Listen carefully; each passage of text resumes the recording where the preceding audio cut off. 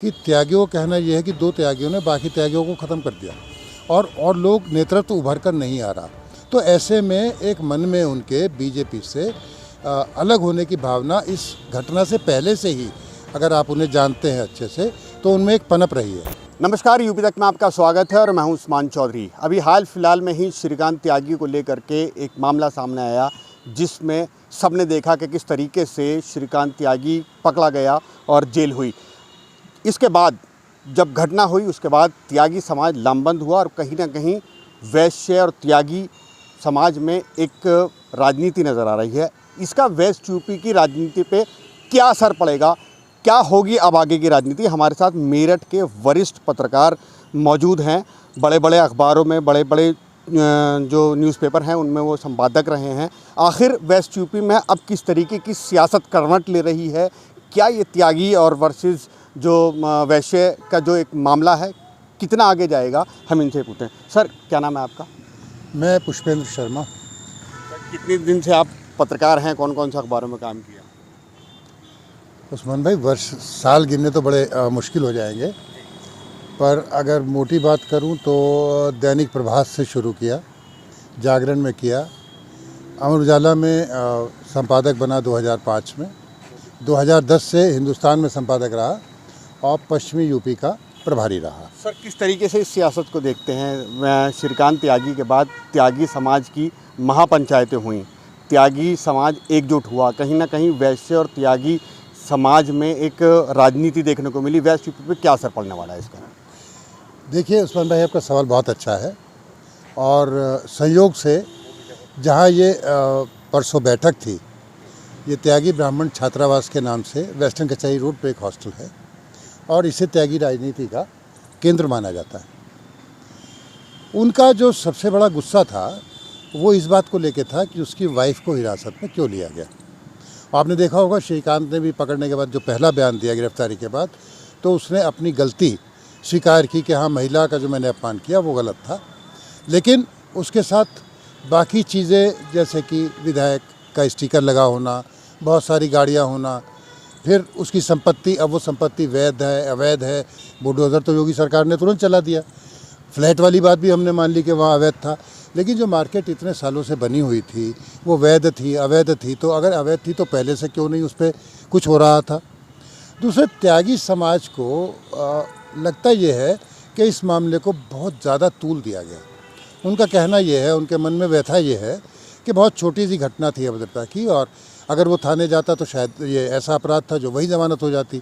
तो इसका इतना हाईलाइट कर देना, इनामी अपराधी घोषित कर देना, फिर परिवार को तंग करना, इसको लेके त्यागी समाज में ज़्यादा रोष था।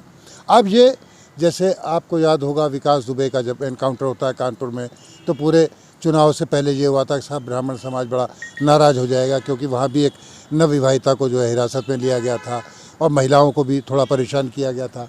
लेकिन होता यह है कि ये जो गुस्सा होता है बड़ा फौरी होता है और क्षणिक, जिसे हम कह सकते हैं कि क्षणिक होता है। अगर इसके बाद भी वहाँ श्रीकांत त्यागी के साथ उन्हें लगेगा कि और अन्याय हो रहा है या इसे ज़्यादा खलनायक बनाया जा रहा है, फिर समाज की बैठकें होने लगे, हो सकता है ये बढ़ जाए। फिलहाल 3 बैठकें मेरी जानकारी में है। त्यागी हॉस्टल की महापंचायत, जहाँ पे उन्होंने एडीएम को ज्ञापन दिया, पुलिस वालों ने उन्हें मना भी किया कि बैठक ना करें, लेकिन वो माने नहीं, उन्होंने बैठक की। एक खरकौदा, जो त्यागी बहुल गाँव वहाँ पर बहुत सारे हैं, खरकौदा में एक सभा हुई, एक मुजफ्फरनगर में सभा हुई, और एक सिहानी, जहाँ का वो रहने वाला है गाज़ियाबाद का, वहाँ पर एक थाने में FIR भी दर्ज कराई गई त्यागियों के अपमान को लेके। तो इससे लगता तो ये है कि ये जो गुस्सा है पूरे त्यागी समाज में फैल रहा है। पर अगर हम इसका राजनीतिक असर देखने की कोशिश करें तो शायद ये सवाल थोड़ा समय से जल्दी है। अगर और इसमें वक्त है, हमें देखना पड़ेगा कि क्या त्यागी समाज एकजुट होकर आ रहा है या वो वहाँ से बाकी चीज़ों में निरपराध घोषित हो जाए, या ये लगे कि भाई उस पर ज़्यादा उसको प्रताड़ित किया गया। तो मुझे लगता है ये गुस्सा अगर लंबा खिंचेगा, बरकरार होता रहेगा और चुनाव तक आने तक ऐसा लगेगा, तब शायद इसका राजनीतिक प्रभाव पड़ेगा।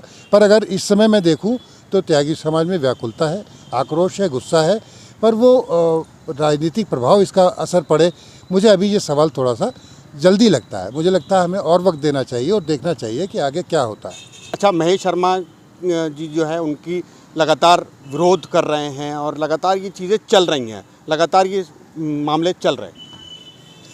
देखिए ऐसा है उस्मान भाई कि पहली बात तो ये है कि अपराधी को, अगर हम एक स्वस्थ लोकतंत्र में रह रहे हैं तो अपराधी को अपराधी की तरह से देखा जाना चाहिए और किसी जाति बिरादरी से जोड़ के नहीं देखना जाना चाहिए। लेकिन हो क्या रहा है, जो आपने पहला सवाल किया था कि आगे चल के त्यागी समाज क्या करेगा, तो हर एक पार्टी को अपराधियों में भी जाति दिखाई देने लग जाती है। और महेश शर्मा क्योंकि वहाँ के सांसद थे, वहाँ पे खड़े होके उन्होंने जो अपर गृह सचिव हैं अवनीश अवस्थी को फ़ोन किया। वो भी तब किया जब वहाँ पर और लोग धमकाने आ गए उस महिला को जिसने शिकायत की और उस पर बोले कि साहब ये आ गए। अब इसमें बड़ी रोचक बात है, ये त्यागी समाज आज महेश शर्मा को बुरा भला कह रहे हैं और उससे नाराज़ भी हो रहे हैं, लेकिन वो ये भूल गए कि इसी महेश शर्मा पे उस सोसाइटी वाले पहले शिकायत लेकर गए थे और तब महेश शर्मा भी चुप बैठे रहे थे, जैसे कि पुलिस वाले चुप थे।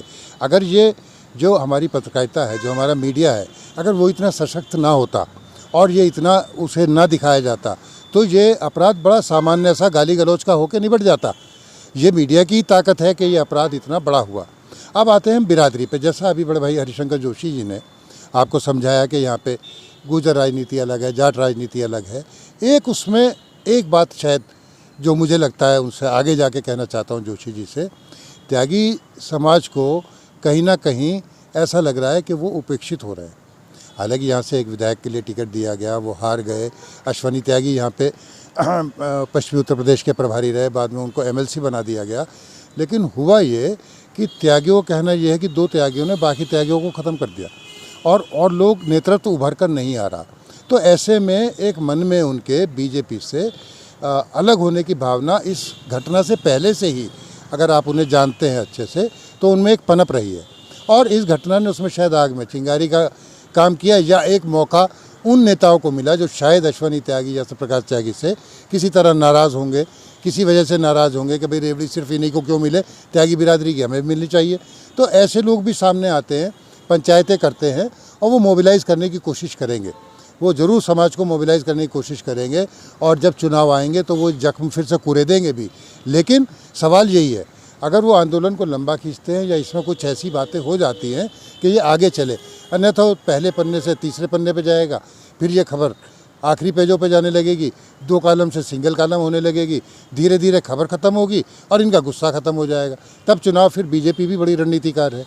जैसा जोशी ने कहा कि वैश्य समुदाय है तो उनका कोर वोटर है ही, पर त्यागी और ब्राह्मण समाज भी इस समय पे उनका कोर वोटर है। इसके लिए कोई शक ही नहीं करता कि वो बीजेपी को वोट नहीं देंगे। तो उन्हें संभालना भी आता है, वो ज़रूर इसकी लीपापोती कर इनके जख्मों पर मरहम ज़रूर लगाएगा कोई ना कोई नेता आके, और ज़रूर फिर से त्यागी समाज को अपने साथ जोड़ने की कोशिश करेगा, क्योंकि अभी समय है। इसलिए मुझे लगता है कि ऐसा संभव है कि मरहम लग जाए।